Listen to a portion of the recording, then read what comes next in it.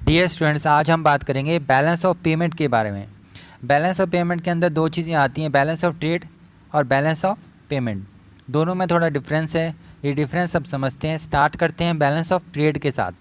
अब कोई भी देश एक्सपोर्ट भी करता है, इंपोर्ट भी करता है, और दोनों में जो डिफरेंस होता है, यानी कि टोटल वैल्यू ऑफ एक्सपोर्ट्स में और टोटल वैल्यू ऑफ इंपोर्ट्स में जो डिफरेंस होता है, उसको ट्रेड बैलेंस, कमर्शियल बैलेंस या नेट एक्सपोर्ट्स कहते हैं। यही है आपका बैलेंस ऑफ ट्रेड। हिंदी में या सरल शब्दों में हम इसको कह सकते हैं कि कुल निर्यात और आयात में जो डिफरेंस होता है उनके मूल्य में, उसी को हम व्यापार संतुलन कहते हैं। अब ये बहुत काफ़ी इंपॉर्टेंट टॉपिक है, क्योंकि इंपोर्ट्स एंड एक्सपोर्ट्स जो है इंटरनेशनल ट्रेड के काफ़ी इंपॉर्टेंट सेगमेंट्स रहते हैं।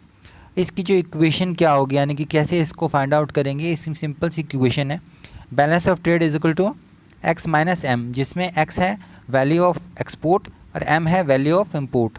यानी कि एक्स में से एम माइनस कर लेंगे तो हमारे पास बैलेंस ऑफ ट्रेड आ जाएगा। अब ये तीन तरह का हो सकता है, फेवरेबल हो सकता है, बैलेंस हो सकता है और अनफेवरेबल भी हो सकता है। अब जो फेवरेबल है, यानी कि जिसमें एक्सपोर्ट्स हमारे ज़्यादा हैं और इंपोर्ट्स हमारे कम हैं, वो देश के लिए काफ़ी अच्छा रहता है। और जो अनफेवरेबल है, जिसके अंदर हमारे इंपोर्ट्स बहुत ज़्यादा हो रहे हैं और एक्सपोर्ट्स कम हो रहे हैं, ये ज़्यादा अच्छा नहीं रहता है किसी भी देश के लिए। तो हमको ये देखना है कि फेवरेबल होना चाहिए हमारा बैलेंस ऑफ ट्रेड, ना कि अनफेवरेबल। अब इसमें मैं आपको एक बात बताता हूँ, जैसे कि ये जो तीन चीज़ें बताई आपको, फेवरेबल, अनफेवरेबल और बैलेंस। जो बिल्कुल बैलेंस वाला है वो रेयर कंडीशन है, ऐसा बहुत कम होता है कि बिल्कुल जितने आपने एक्सपोर्ट किए उतने ही आपके इंपोर्ट्स हो गए। जनरली क्या होता है, या तो फेवरेबल होता है या अनफेवरेबल होता है। इसमें भी अलग अलग देशों के साथ अलग अलग तरह का आपका रिश्ता हो सकता है, अलग अलग तरह का बैलेंस ऑफ ट्रेड हो सकता है। कहीं पे फेवरेबल हो सकता है, कहीं पे अनफेवरेबल हो सकता है। कहीं पे आपका ऐसा हो सकता है किसी देश के साथ जो है आपका ट्रेड डेफिसिट चल रहा हो, किसी के देश के साथ आपका सरप्लस चल रहा हो। ऐसा बहुत बार होता है कि कुछ देशों का कई देशों के साथ सरप्लस चल रहा है, लेकिन कुछ एक दो देशों के साथ डेफिसिट बहुत ज़्यादा बढ़ जाता है। तो ये कैसा भी हो सकता है, इसके बेनिफिट्स भी होते हैं और डिसएडवांटेजेस भी होते हैं। जनरली क्या है, फेवरेबल रहना चाहिए। फेवरेबल रहने से क्या होता है, फॉरेन एक्सचेंज ज़्यादा मिलते हैं, हमारे जो विदेशी विनिमय कोष हैं उनमें वृद्धि होती है, हम ज़्यादा इंपोर्ट भविष्य में कर पाते हैं। फिर इससे जो हमारे बैलेंस ऑफ पेमेंट की सिचुएशन भी इम्प्रूव होती है, क्योंकि बैलेंस ऑफ ट्रेड उसका एक हिस्सा है।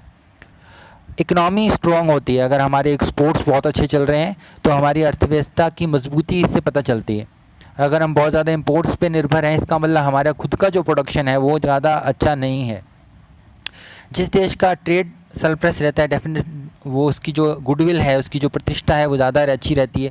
जिन देश का ट्रेड सरप्लस रहता है वो पॉलिटिकली भी दूसरे देशों के साथ टर्म्स और कंडीशंस इस्टेब्लिश कर पाते हैं, उनको डोमिनेट कर पाते हैं। अब चाइना का है, कई देशों का ट्रेड डेफिसिट चल रहा है उसके साथ, तो वो कहीं ना कहीं हावी हो जाता है। तो देश की प्रतिष्ठा में काफ़ी असर पड़ता है अगर फेवरेबल बैलेंस ऑफ ट्रेड हो। हर देश चाहता है कि उसका जो ट्रेड डेफिसिट हो वो कम से कम हो और उसका जो एक्सपोर्ट्स हैं वो बहुत ज़्यादा बढ़े। लेकिन एक बात यहाँ पे मैं बता दूँ कि बिल्कुल ये भी नहीं कह सकते कि हमेशा फेवरेबल ही रहना चाहिए। कई बार इनफेवरेबल में भी आपको फ़ायदा हो सकता है। अब देखिए, कई देश जब विकास कर रहे होते हैं, विकास की रफ्तार तेज़ करते हैं, तो इनिशियली वो क्या है, बहुत ज़्यादा इंपोर्ट्स करते हैं। अगर आपका एक्सपोर्ट्स भी बढ़ रहे हैं, उनकी भी ग्रोथ बहुत ज़्यादा हो रही है और इंपोर्ट्स की ग्रोथ उसको आउटरन कर रही है, यानी कि बहुत ज़्यादा एक्सपोर्ट्स कर रहे हैं लेकिन इंपोर्ट्स से ज़्यादा कर रहे हैं, और वो इंपोर्ट्स अगर इंफ्रास्ट्रक्चर में लगाया जा रहा है तो ऐसा ट्रेड डेफिसिट बुरा नहीं है। कई बार किसी देश के साथ आपका ट्रेड डेफिसिट हो सकता है, लेकिन फिर भी आपकी इकोनॉमिक पोजीशन उससे ज़्यादा स्ट्रॉन्ग हो सकती है। तो ये कोई हार्ड एंड फास्ट रूल नहीं है, ये बात ध्यान में रखें आप। अब इसको कैसे करेक्ट करें, यानी कि अनफेवरेबल हो तो इसको कैसे करेक्ट करें, इस पे थोड़ी सी नज़र डाल लेते हैं। इसमें कुछ इंपॉर्टेंट पॉइंट्स रहते हैं जो हमको देखने होंगे कि इसको हम कैसे करेक्ट कर सकते हैं। इसमें कई सारे पॉइंट्स आते हैं, लेकिन मैं आपको वही बताऊंगा जो सबसे इम्पॉर्टेंट है, सबसे यूज़फुल है। डंपिंग जैसे चीज़ों को मैं इंक्लूड नहीं करूँगा। अब इसमें एक्सपोर्ट प्रमोशन आता है सबसे पहले। सबसे बेस्ट यही रहता है, अगर आपको ट्रेड डेफिसिट इम्प्रूव करना है, अपने फेवर में करना है, तो जितना ज़्यादा हो सके एक्सपोर्ट को प्रमोट करें, इंसेंटिव्स दें, सब्सिडीज़ दें, इस तरह के एक्सपोर्ट हाउसेस बनाएं। जैसे कि हमारे यहाँ पे कई एग्जिम बैंक हैं, ईसीजीसी है, ये सब मेजर्स लिए गए हैं, ये एक्सपोर्ट को प्रमोशन करने के लिए लिए गए हैं। एक्सपोर्ट्स ही अच्छा तरीका रहता है ज़्यादा से ज़्यादा बढ़िया ढंग से इस पॉलिसी को इम्प्लीमेंट करने का। इसके अलावा आप इंपोर्ट कंट्रोल और सब्स्टिट्यूशन पे भी जा सकते हैं। हालांकि एक्सपोर्ट प्रमोशन ज़्यादा अच्छी पॉलिसी रहती है इंपोर्ट सब्स्टिट्यूशन से। फिर भी अगर आपको चाहिए कि जो गैर ज़रूरी चीज़ें हैं जो अपने देश में बना सकते हैं उनको अपने देश में बनाने का प्रयास करें, जैसे कि मेक इन इंडिया प्रोग्राम में हमने देखा। इसके बाद हम डिवैल्यूएशन कर सकते हैं, जिसके अंदर रुपये का जानबूझ के अवमूल्यन किया जाता है। इससे क्या है, हमारे एक्सपोर्ट सस्ते हो जाते हैं। जब सस्ते हो जाते हैं तो बाहर ज़्यादा बिकने लग जाते हैं और इंपोर्ट्स जो है महंगे हो जाते हैं, तो इसलिए हम उनको कम खरीदते हैं। तो ये एक तरीका रहता है, लेकिन इसमें भी आपको इंपोर्ट और एक्सपोर्ट इलास्टिसिटीज़ पे ध्यान देना पड़ता है। इसके बाद आता है पॉलिसी ऑफ प्रोटेक्शन। ये बहुत ही एक पुराना जांचा पैसे का तरीका है जो बहुत सारे देश अपनाते रहते हैं। पॉलिसी ऑफ प्रोटेक्शन के अंदर क्या किया जाता है कि टैरिफ से या कोटा से कर लगाकर या किसी तरह से नियंत्रण किया जाता है कि इंपोर्ट्स को कंट्रोल किया जाए, किसी ज़्यादा इंपोर्ट आप नहीं कर सकते। इसमें कई तरह के मेजर्स होते हैं और जनरली क्या है, WTO का अगर आपने नाम सुना हो तो वो कोशिश करती है जो प्रोटेक्शनिस्ट पॉलिसी ये कम किया जाए। लेकिन हर देश अपने बैलेंस ऑफ ट्रेड को सुधारने के लिए अक्सर टाइम पर अलग अलग तरीके से प्रोटेक्शन मेजर्स यूज़ करता है। तो जब हम प्रोटेक्शन के चैप्टर पढ़ेंगे, टैरिफ्स का, इंपोर्ट कोटास वगैरह पढ़ेंगे, तब हम इस टॉपिक को ज़्यादा अच्छे से समझेंगे।